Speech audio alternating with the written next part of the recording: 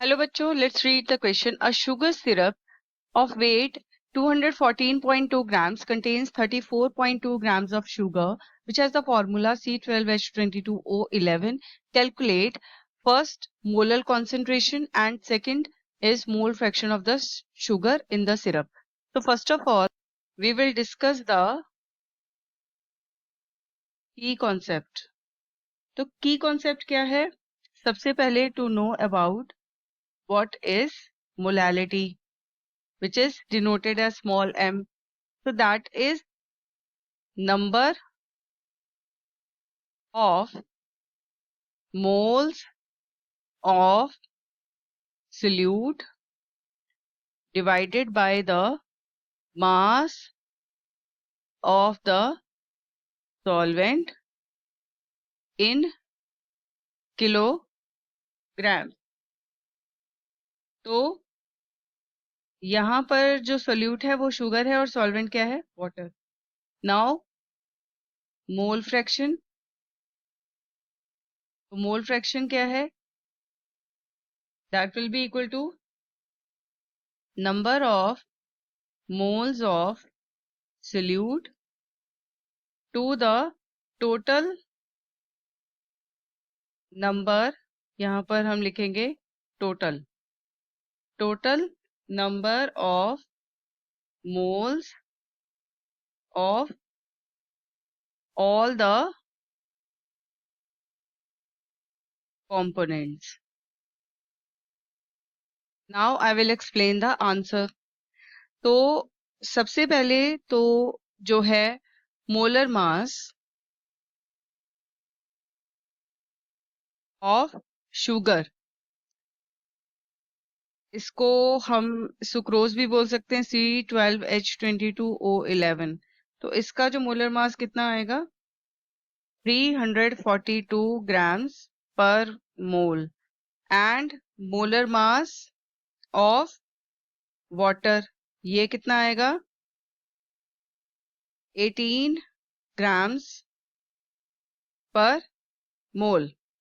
Now सबसे पहले तो हम यहाँ पर मोल्स ऑफ शुगर कैलकुलेट करेंगे.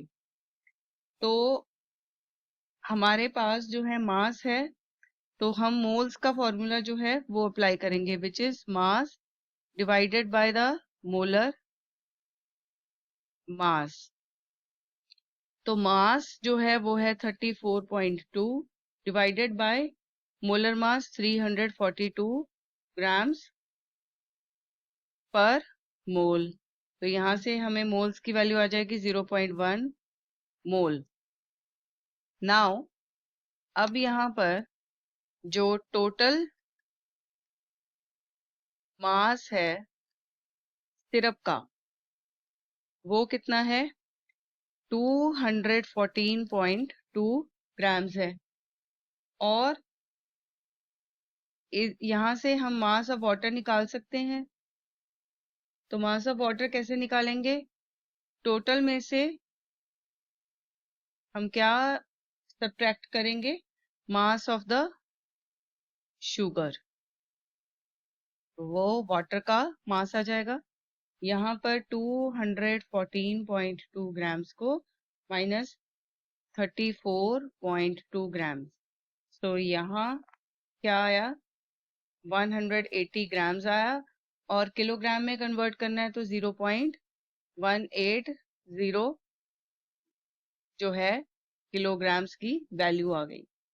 अब हमें कैलकुलेट क्या करना है? नेक्स्ट मोलल कॉन्सेंट्रेशन कैलकुलेट करनी है. दैट मीन्स हमें क्या कैलकुलेट करना है? मोलालिटी. और ऑलरेडी हमने फॉर्मूला जो है वो डिस्कस किया हुआ है. तो वैल्यूज पुट करेंगे. मोल्स ऑफ सोल्यूट कितने हैं? 0.1 मोल्स हैं. और मास कितना है सॉल्वेंट का? सॉल्वेंट क्या है यहाँ पर? वाटर. तो वहां लिख देंगे 0.180 kgs. तो यहाँ से हमें क्या मिल गई? मोलालिटी की value, which is approximately equals to 0.556 molal. तो अब यहाँ हम कैलकुलेट करेंगे जो हमारा नेक्स्ट स्टेप है, moles of water, that will be equal to mass, which is 180 grams divided by the molar mass, 18 grams per mole. So that will be equal to 10 moles. अब हम मोल फ्रैक्शन देखेंगे, mole fraction of sugar. तो यहाँ से जो है हमें पहले टोटल मोल्स निकालने हैं, तो that will be equal to moles of sugar plus moles of water. तो वो कितनी वैल्यू है, that will be equal to 0.1 plus 10, तो ये कितनी आ गई, 10.1 मोल्स आ गई। अब यहाँ से मोल फ्रैक्शन की वैल्यू आ जाएगी किसकी, शुगर की, that will be equal to 0.1 moles divided by 10.1 moles. तो यहाँ से अप्रॉक्सीमेट वैल्यू कितनी आ गई, 0.0099। तो ये है मोल फ्रैक्शन की value. So that means this is the correct answer. I hope you have understood this answer very well. Thanks for watching.